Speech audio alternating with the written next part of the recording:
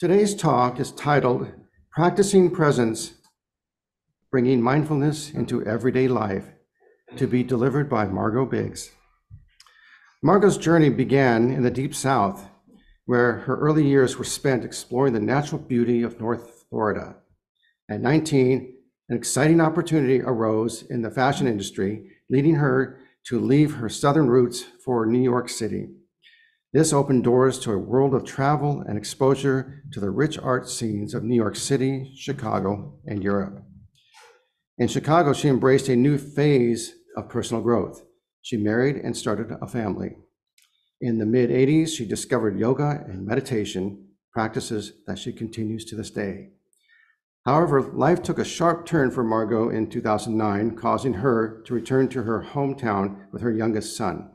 Despite the challenges, she found a silver lining by pursuing her lifelong dream, painting. Dedication paid off as she gained recognition, winning awards, and securing solo shows. During this time, she also cared for her aging parents, a commitment that lasted over 6 years. This period was followed by a joyful chapter, her marriage to Jordan. Together, they decided to move to California, seeking a fresh start closer to their children. After a life marked by frequent relocations, Margo is now settled here in Cambria.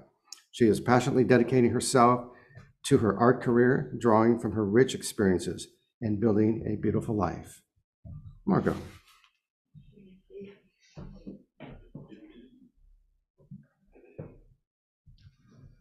Good morning, everybody.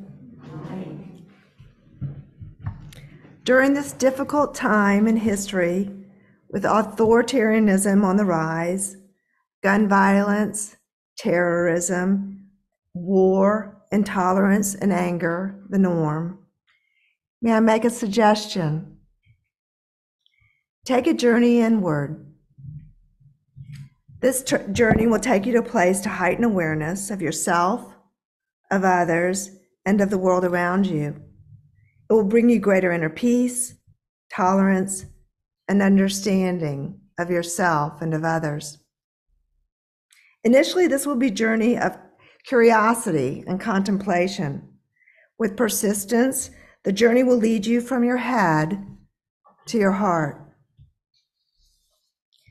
Then the more your mind is centered on your heart center, the more you will find your heart is a haven.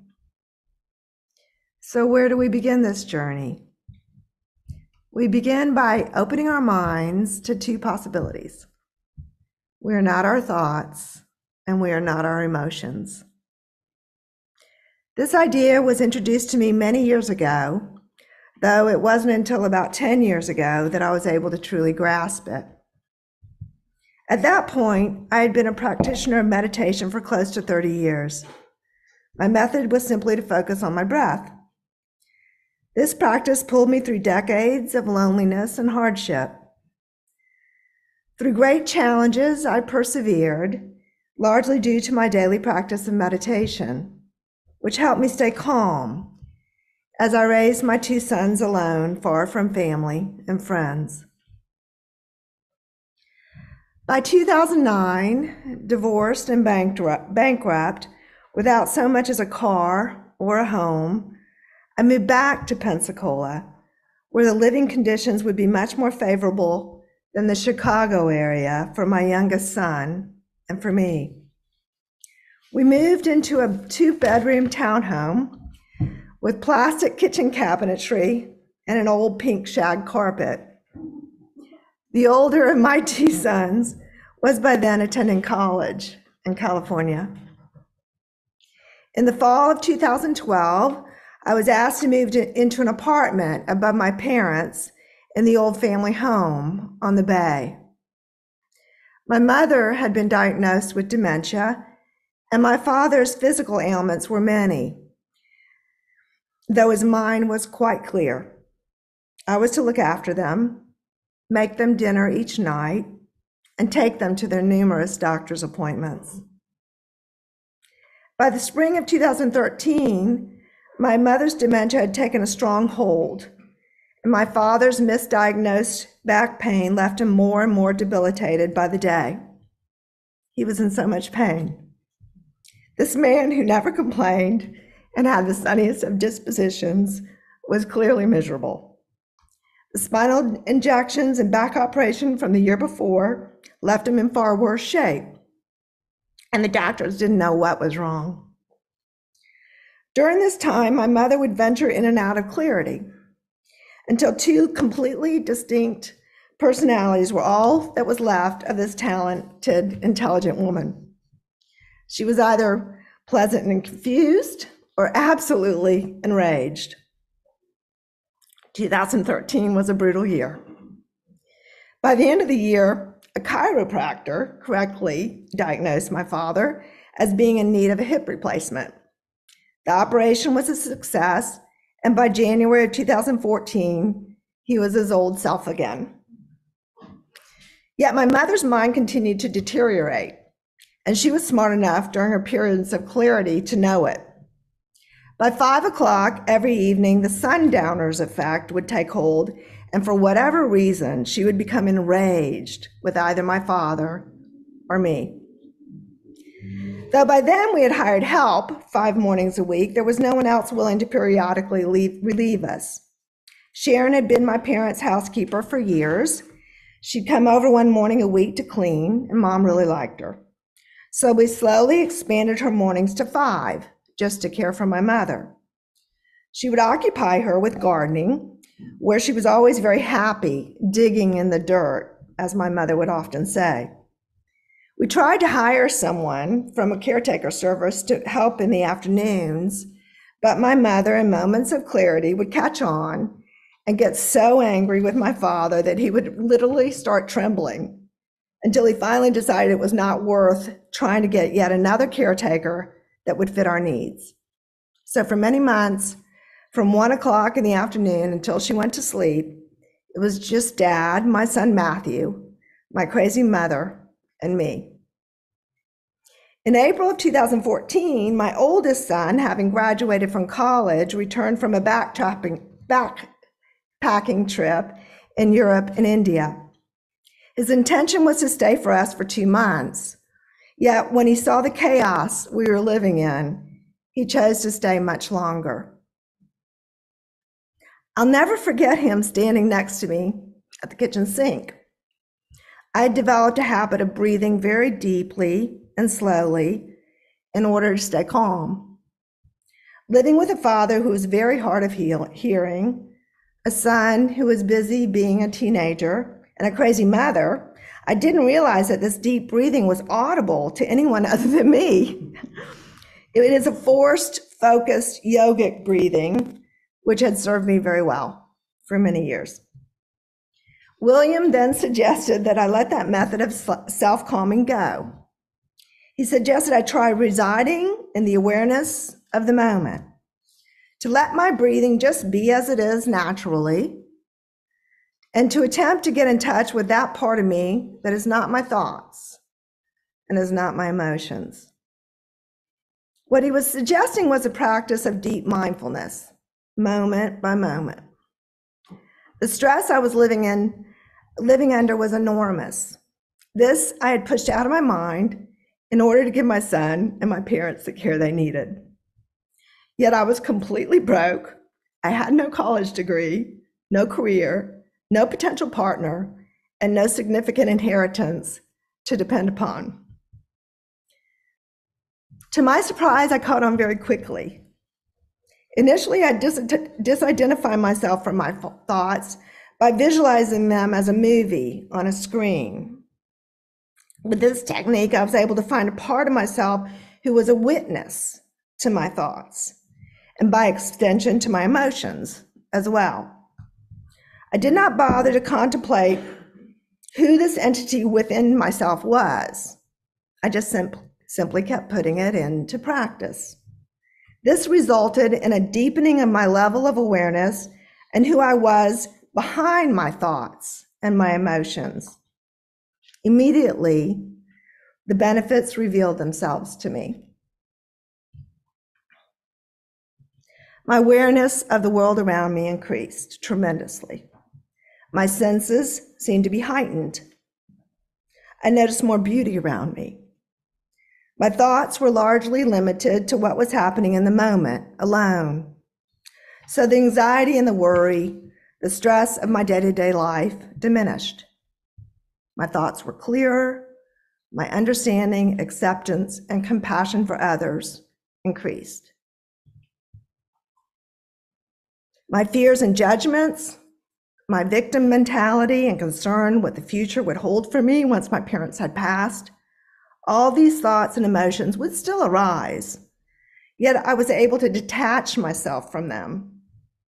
I'd observe these thoughts and emotions, and I'd let them pass, as though they were simply clouds floating across the sky.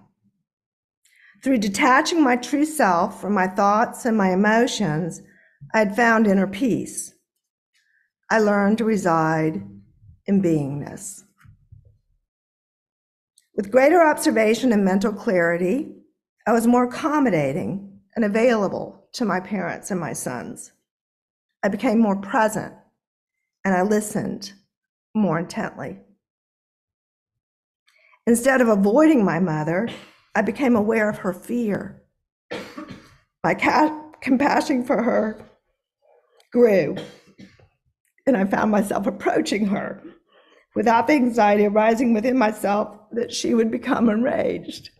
Afraid this was going to happen.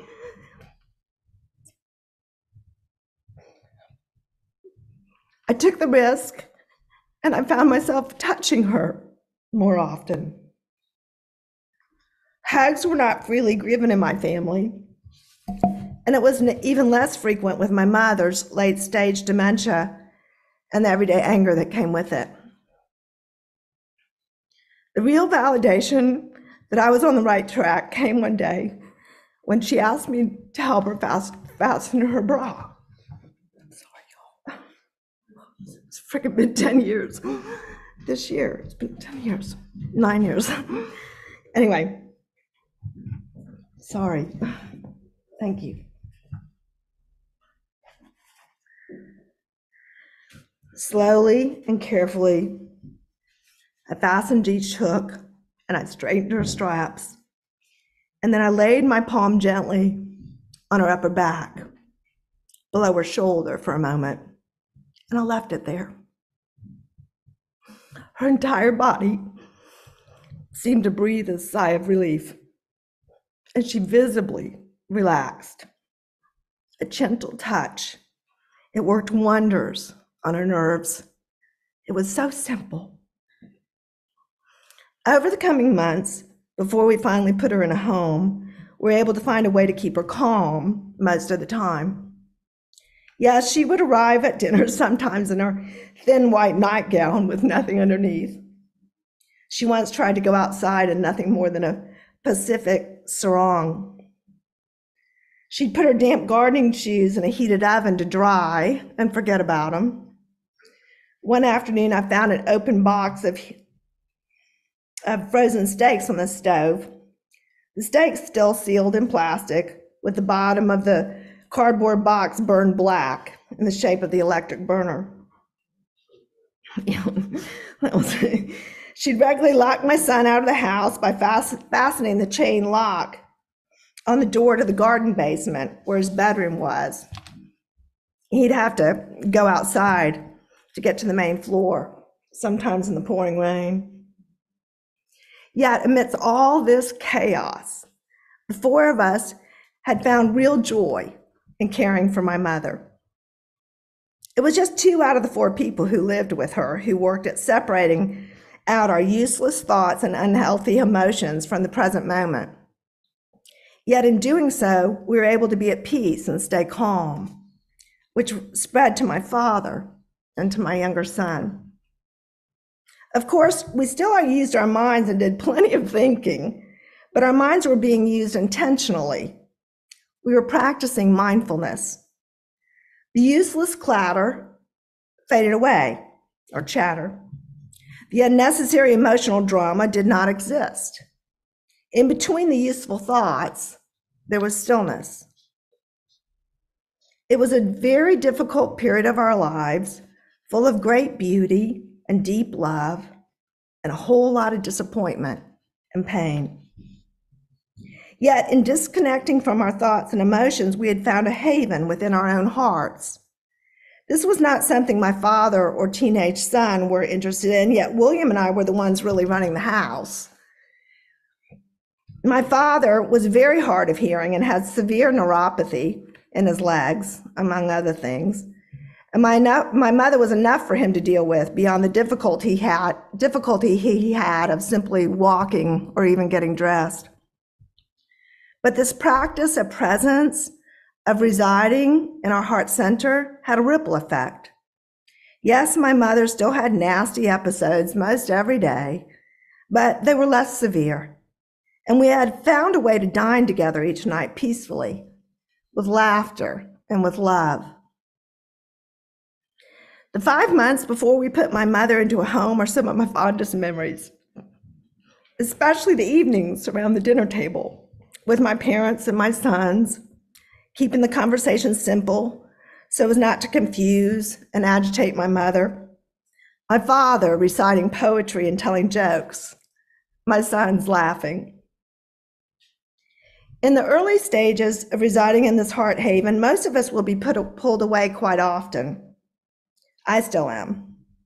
It's easier when life is running smoothly and when we're in a beautiful, quiet place. But during challenging times, it is so useful.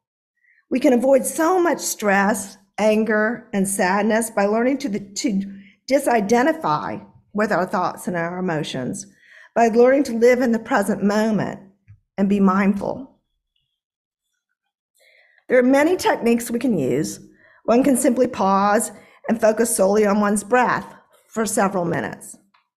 Or we can intentionally use our senses to really take in with our eyes all the colors and forms around us. What can we hear at this moment when we really listen? How many sounds? What might we smell or feel? The pine forest? Exhaust from a car? Do we feel a breeze? Or perhaps a soft fabric against our skin? Another technique I've used, particularly when I find myself in difficult situations, is simply to ask myself, where's the beauty in this moment?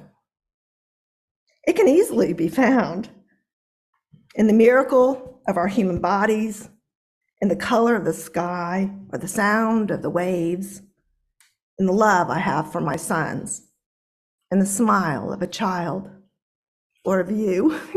You're great right there in the middle. I remember watching myself years ago as I became irritated by a poor driver.